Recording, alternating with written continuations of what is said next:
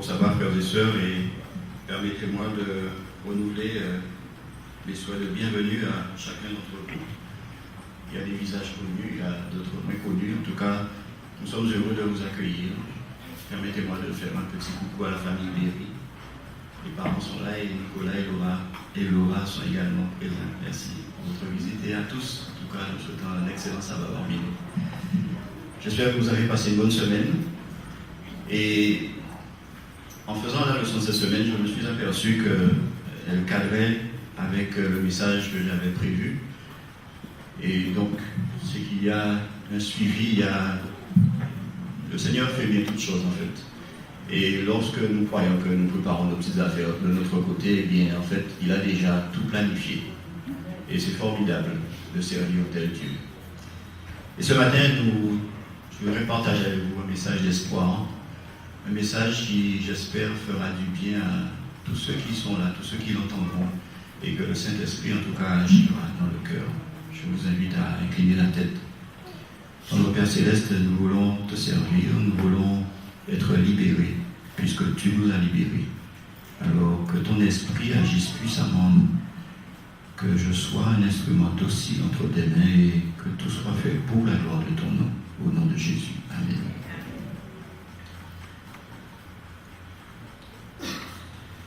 Il y a quelques années, il y avait sur une des chaînes du satellite une émission qui s'intitulait Relooking Extreme.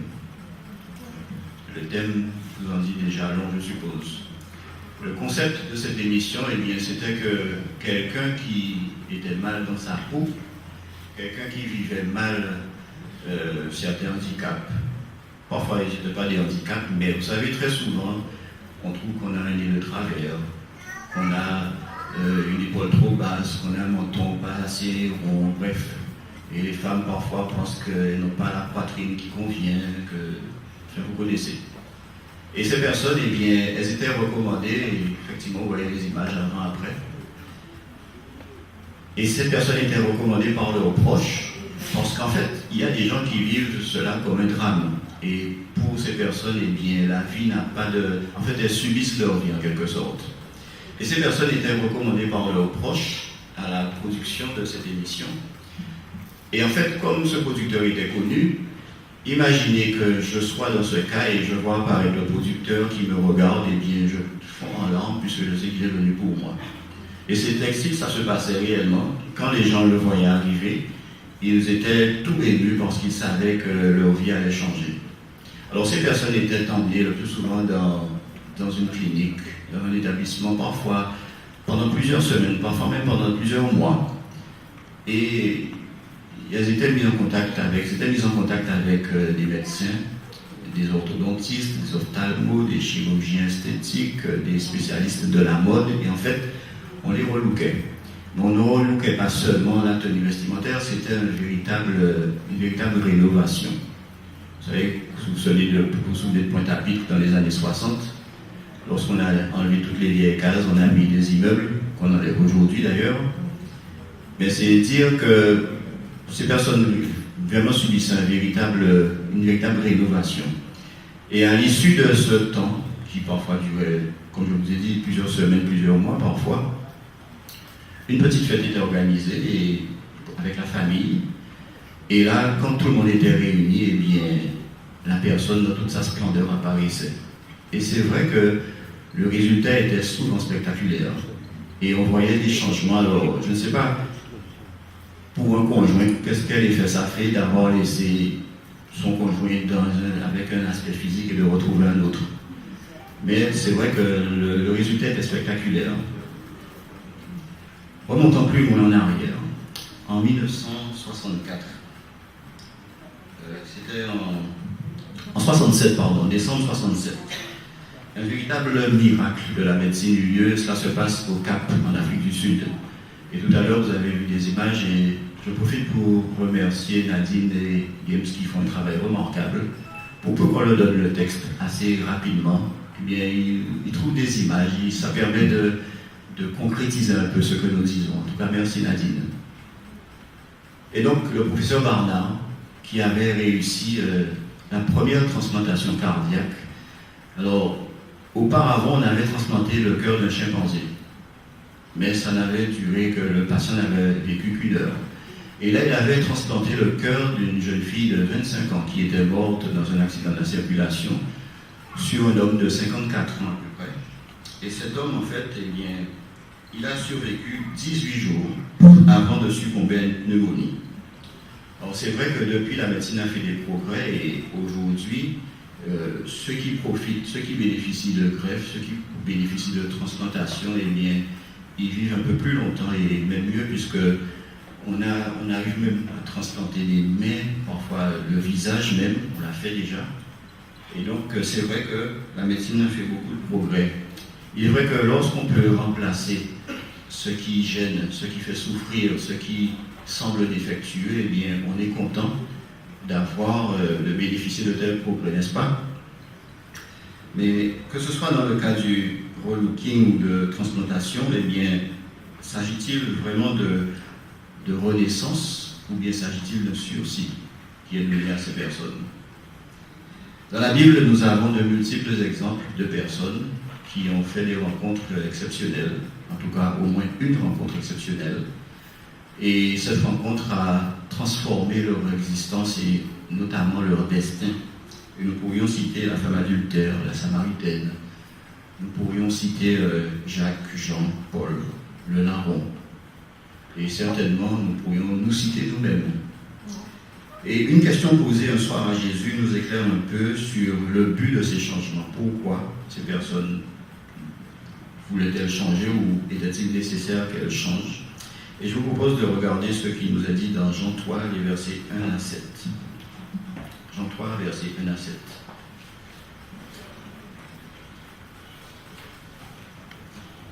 Excusez si je suis un peu lent, mais les voix m'empêchent parfois de feuilleter.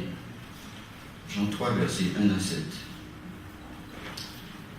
Mais il y eut un homme d'entre les pharisiens nommé Nicodème, un chef des Juifs, qui vint, lui, auprès de Jésus de nuit et lui dit: Rabbi, nous savons que tu es un docteur venu de Dieu, car personne ne peut faire ces miracles que tu fais, si Dieu n'est avec lui. Jésus lui répondit: en vérité, je te le dis, si un homme ne naît de nouveau, il ne peut voir le royaume de Dieu. Nicodème lui dit: comment un homme peut-il naître quand il est vieux? Peut-il entrer dans le sein de sa mère et naître? Jésus répondit: en vérité, je te le dis, si un homme ne naît d'eau et d'esprit, il ne peut entrer dans le royaume des cieux, de Dieu. Ce qui est né de la chair est chair, et ce qui est né de l'esprit est esprit. Ne t'étonne pas que je t'ai dit, il faut que vous naissiez de nouveau. Alors, aujourd'hui, nous connaissons bien cette histoire et nous comprenons bien ce que Jésus a voulu dire à cet homme, qui pourtant était un érudit, c'était un docteur de la loi, c'était un dirigeant. Et aujourd'hui, nous aurions beau nous dire, enfin, avec sa connaissance, il aurait dû comprendre ça. On peut jouer aux érudits aujourd'hui, puisqu'on a la réponse, on a l'explication. Mais il n'empêche que ce dialogue pouvait ressembler à de la science-fiction pour Nicodème à l'époque, tant il paraissait mystérieux à son interlocuteur. Car le Seigneur voulait faire comprendre à ce docteur de la loi que nous ne pouvons pas prétendre entrer dans le royaume des cieux tel que nous sommes, et sans que s'opère le moindre changement en nous, sans que nous subissions une chirurgie plus profonde, une chirurgie spirituelle, celle-là. Tout le monde sait aujourd'hui qu'entre la conception d'un enfant et sa naissance, il s'écoule 9 mois. Et aujourd'hui, la médecine a fait suffisamment de progrès pour aider ceux qui ne peuvent avoir d'enfants à procréer. Et c'est vrai qu'au début, nous avons évoqué cette émission de relooking et cette transplantation, et où nous voyons que dans tout, il fallait supprimer, il fallait gommer, il fallait couper. Mais dans le cas des transplantations, il y avait un moment où forcément celui qui reçoit, entre le moment où on remplace son cœur notamment, il y a un moment où il est pratiquement sans cœur et le sang doit passer par toutes sortes d'appareils, de telle sorte que sa vie continue en quelque sorte. Et il est vrai que quand on commence l'opération, c'est qu'on a un cœur à portée de main. Il est bien évident qu'on ne va pas commencer l'opération et se mettre à la recherche d'un cœur. C'est évident. Mais s'agissant du royaume de Dieu, de quoi devons-nous nous débarrasser? De quoi devons-nous nous débarrasser et qu'est-ce qui peut faire obstacle à la relation que nous devons établir avec Christ. Et justement, quand Jésus dit à Nicodème qu'il faut naître de nouveau. Et dans notre société, en fait, nous savons qu'il est important de se souvenir du passé. Et d'ailleurs, on dit qu'un peuple qui ne connaît pas son passé n'a pas d'avenir, n'est-ce pas? Et c'est tellement important qu'il y a beaucoup de dates de commémoration. On commémore un peu tout. Et même nos politiciens, ils accrochent, si vous voulez, à ça, parce que c'est important dans leur vie d'élu de participer à toutes sortes de commémorations, de dépôts de gerbes. Et en fait, il y en a qui sont spécialistes de ça, qui sont là uniquement pour les inaugurations. Ils aiment bien ça.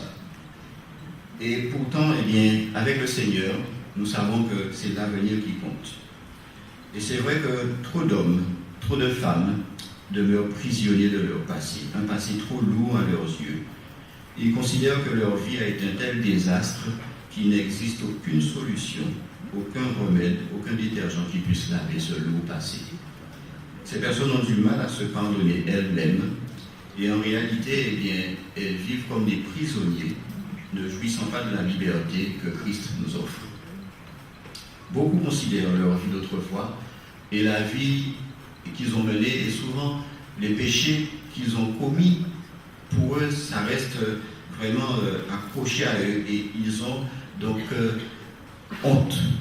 Beaucoup de personnes ont honte de leur passé et en fait, nous sommes nombreux quelquefois à raser les murs parce que nous ne profitons pas de la liberté que nous offre Christ. Et nous l'avons vu ce matin un peu dans la leçon où en fait le Seigneur nous propose de passer du statut d'esclave au statut d'héritier. Mais nous restons malgré tout sur ce statut d'esclave que nous avons parce que d'une part obsédés par nos traditions, par nos règles, mais très souvent aussi obsédés par notre passé. Et pourtant dans Romains 5, au verset 20, à la deuxième partie du verset, Paul nous dit, là où le péché a abondé, la grâce a surabondé. J'aime vraiment ce verset, où le péché a abondé, la grâce a surabondé. Autrement dit, la grâce est supérieure à tout cela. Et trop souvent nous l'oublions, et trop souvent nous restons attachés à notre passé. Nous traînons des boulets, et vous savez très bien qu'il est difficile de marcher avec des boulets. Rappelez-vous, c'est comme ça qu'on gardait les prisonniers avec un boulet à leurs pieds. C'est difficile de marcher, de courir avec cela. Dieu accepte toujours qui convient à lui, quoi qu'il ait fait, quelles que soient ses lacunes, peu importe la personne, peu importe le lieu, peu importe le moment. Celui ou celle qui vient à Jésus est toujours accepté. Et nous ne devons pas l'oublier, frères et sœurs, parce que le diable cherche constamment à nous convaincre qu'il ne peut en être ainsi car nous sommes allés trop loin. Et constamment, le malin nous fait croire que ce que nous avons fait est trop lourd et que jamais nous ne pourrons être pardonnés. Frères et sœurs, nous devons être sûrs d'une chose, nous devons être conscients que le sang de Christ, eh bien, j'utilise un terme peut-être galvaudé ou peut-être un terme qui peut déranger, mais le sang de Christ est le détergent le plus puissant qui puisse exister, frères et sœurs. Et il n'y a aucune tâche qui puisse résister au sang de Christ. Et Jésus même le dit dans Jean 6 au verset 37, « Tout ce que le Père me donne viendront à moi, et je ne mettrai pas dehors celui qui vient à moi. » C'est une invitation que nous ne pouvons pas, que nous ne devons pas ignorer, frères et sœurs. Dès qu'une personne prend conscience de son besoin de sauveur, de rédempteur, il se passe en cette personne quelque chose de surnaturel. Et moi j'aime appeler ça les vases communicants, parce que le sentiment que cette personne avait d'elle-même, parfois cette personne avait un sentiment, le sentiment d'être au-dessus des autres. Et au contact de Jésus, eh bien, ce sentiment décroît et petit à petit, et on voit apparaître la personnalité de Jésus et le modèle auquel nous devons nous référer. Et Paul nous dit que si quelqu'un est en Christ, il est une nouvelle créature. Les choses anciennes sont passées, voici toutes choses sont devenues nouvelles.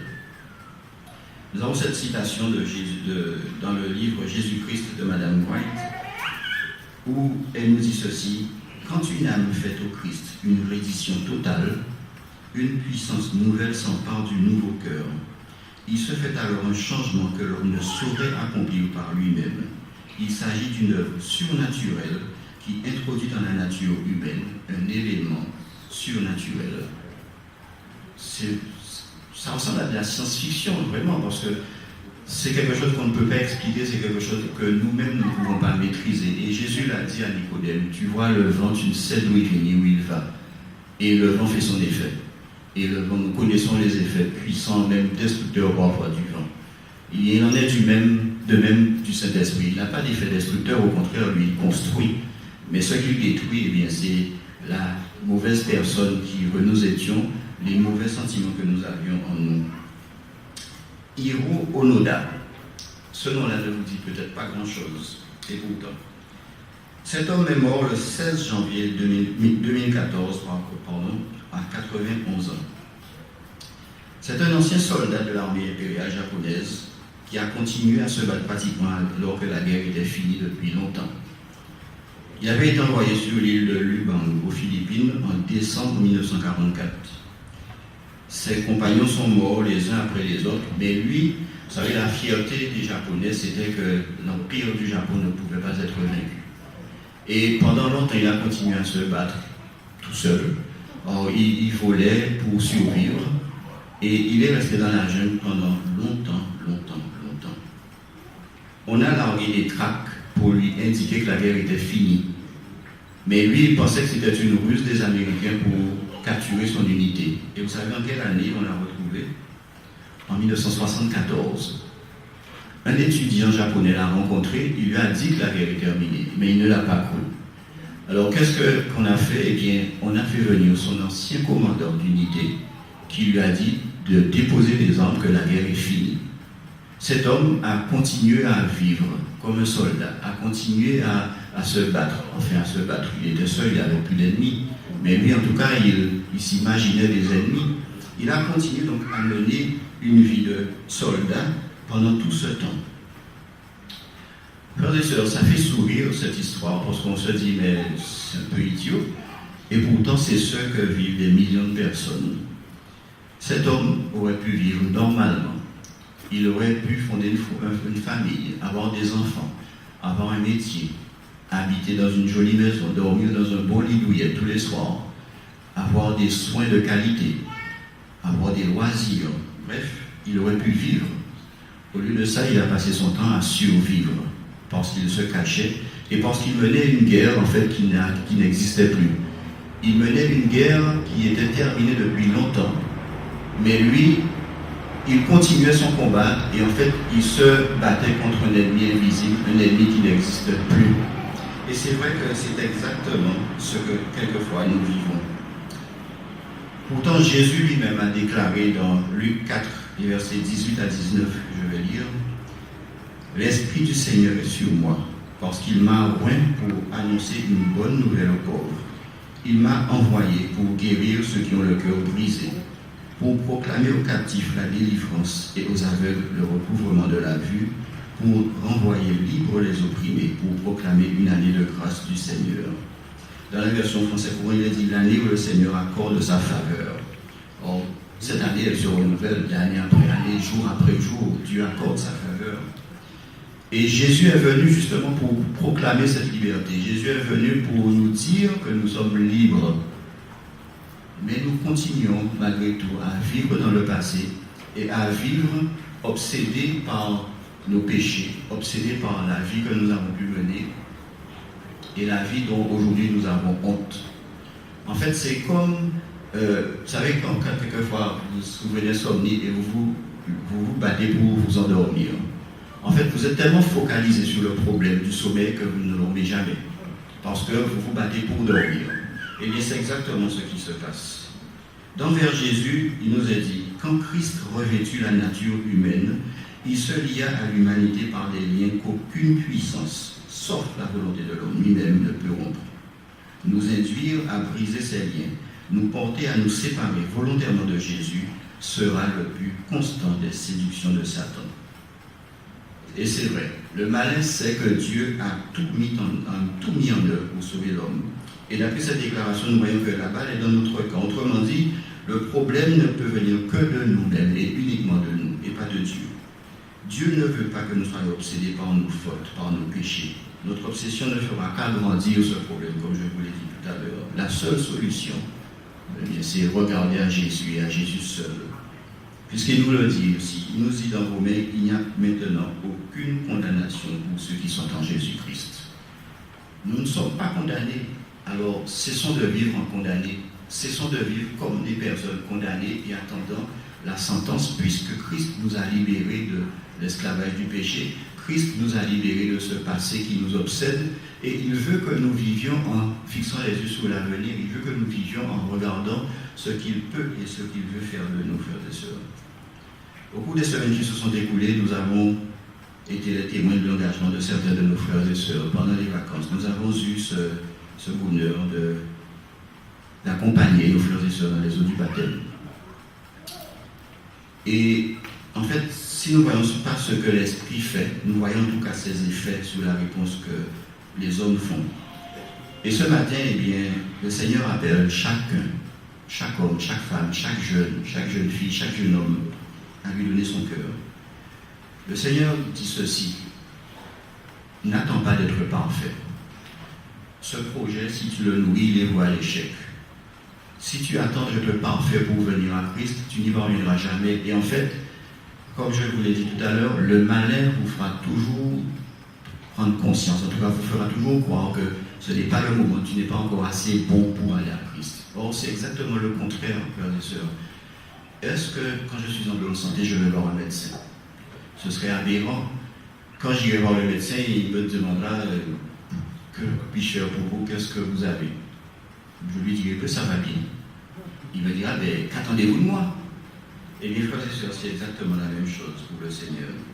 Nous devons aller à Christ tel que nous sommes. Proverbe nous dit, celui qui cache ses transgressions ne prospère point, mais celui qui les avoue et les délaisse obtient miséricorde. C'est une promesse que nous fait Dieu, frères et sœurs. Et il ne regarde pas notre passé, nous rappelant sans cesse ce que nous avons fait de mal, mais il nous dit qu'il jette nos iniquités au fond de la mer.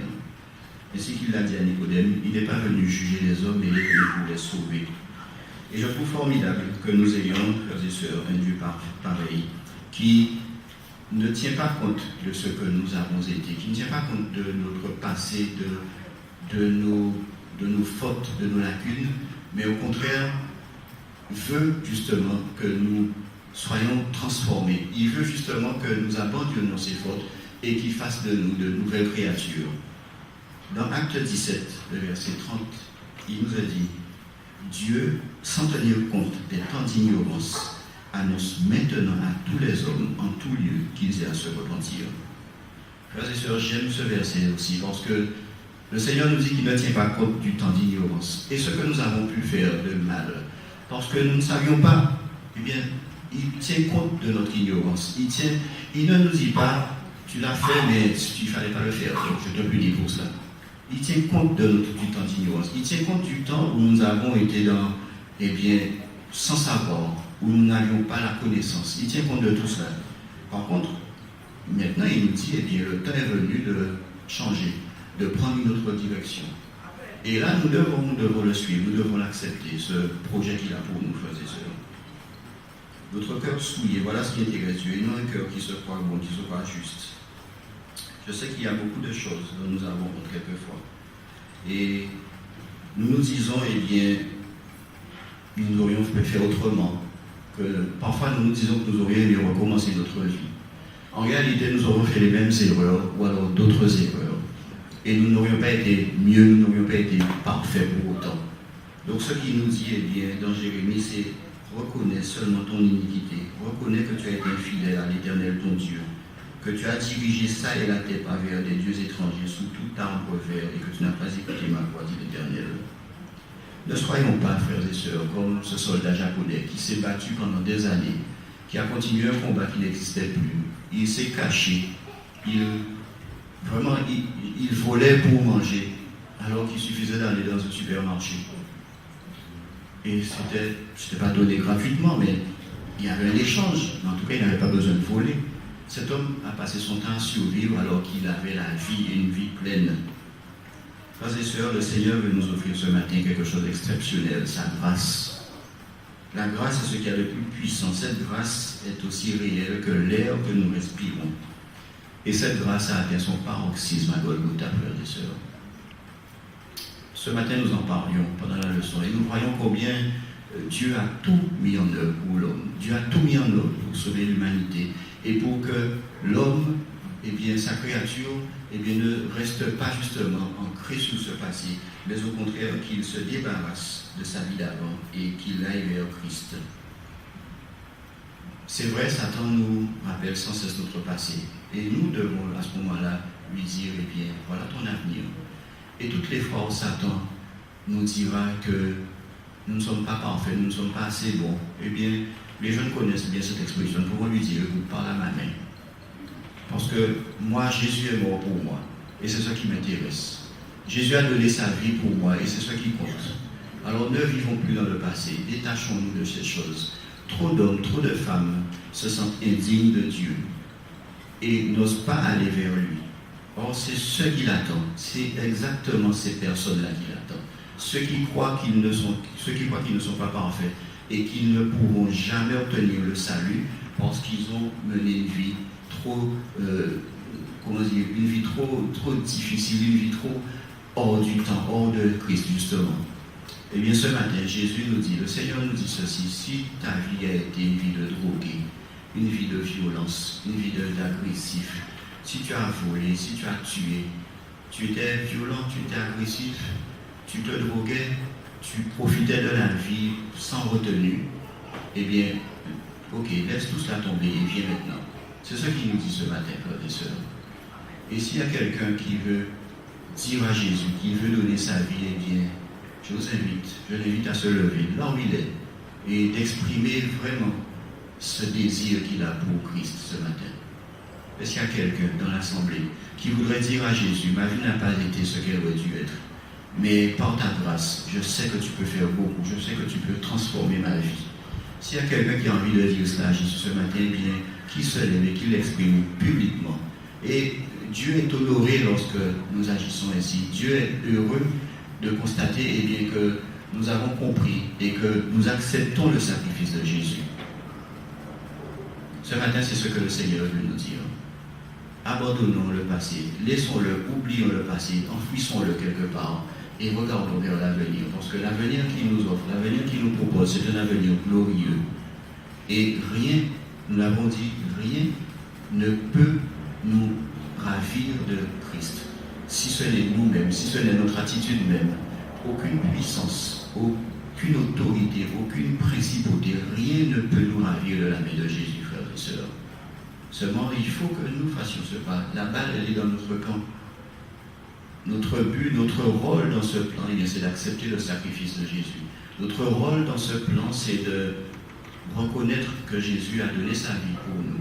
Et que ce matin, nous acceptons ce sacrifice. Et que désormais, nous considérons que nous ne sommes plus des condamnés, mais que désormais, nous sommes des hommes et des femmes libres.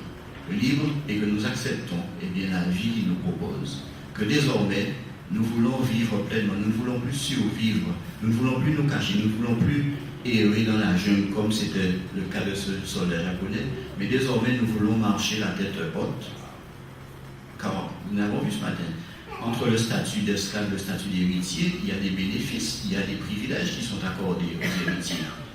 Un héritier, si je sais que j'ai un héritage qui m'attend, je ne vais pas me morfondre parce que je sais que j'ai un avenir brillant, un avenir sans souci. C'est ce que le Seigneur nous dit ce matin. Passons de ce statut d'esclave, de ce statut de prisonnier, de ce statut de, condamné, à ce statut d'homme libre, de femme libre en Christ, de ce statut d'homme désormais promis un avenir extraordinaire.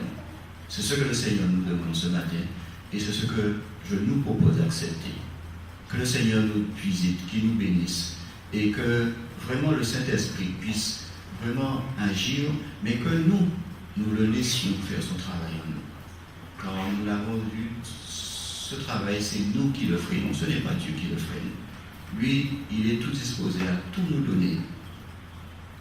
C'est nous qui devons tendre la main et accepter ce qu'il nous accorde. Que le Seigneur nous bénisse et qu'il nous fasse du bien ce matin. Amen.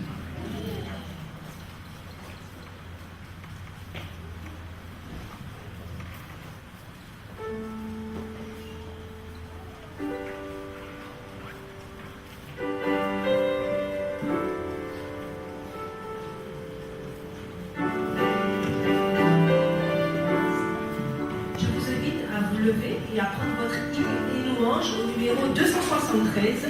Seigneur, je n'ai rien à t'offrir. C'est avec ce cantique que nous terminerons ce culte ce matin. Le numéro 273.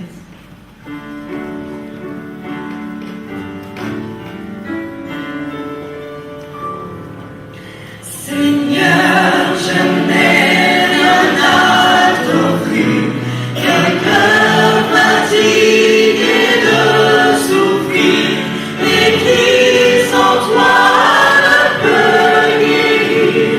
Je n'ai que ma misère. Prends-moi tel que je suis, sans vertu, sans abri, tel que je suis, ô mon céleste frère. J'ai transgressé ta sainte loi, le péché vainqueur règne en moi, pour me présenter devant toi. Je n'ai que ma souillure. Prends-moi tel que je suis, sans vertu, sans appui, tel que je suis, lave mon âme impure. Touche ma chair, fais mon cœur, pour repousser le tentateur. Oh mon divin libérateur, je n'ai que ma faiblesse. Prends-moi tel que je suis, sans vertu, sans abri, tel que je suis, là vient à ma détresse. Ton sang versé me blanchira, ton Saint-Esprit m'affranchira, ta richesse m'enrichira, oh mon céleste Maître.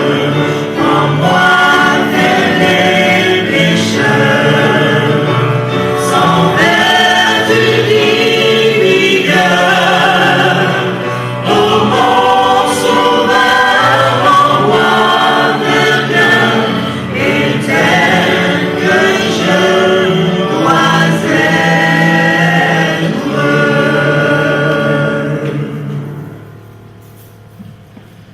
J'avais intitulé ce message « Dis-moi qui tu étais, je te dirai qui tu seras ». Parce que c'est exactement ce que le Seigneur nous dit. Tu étais comme ci, comme cela, et bien désormais, par ma grâce, voilà comment tu seras. C'est un peu comme quand un peintre a une toile blanche devant lui, il sait déjà ce qu'il va en faire, il sait déjà quelle forme, quelle couleur il va mettre sur cette toile. Et c'est ce que le Seigneur, c'est ainsi que le Seigneur nous voit ce matin, tel que nous serons par sa grâce. Prions. Notre Dieu et notre Père, nous te louons, nous te bénissons et nous te remercions pour ce que tu fais de nous, les héritiers, les co-héritiers avec Christ du royaume des cieux. Oui, Père, nous sommes réellement des héritiers de ce royaume et nous voulons te remercier parce que nous sommes fatigués de cette terre, nous sommes fatigués de ces épreuves, nous sommes fatigués de ce que nous avons été. Et maintenant que tu nous restaures, que tu nous changes, que tu nous transformes, nous te louons et nous te glorifions. Merci pour ta grâce. Merci pour ton amour et ta bonté envers nous, Père.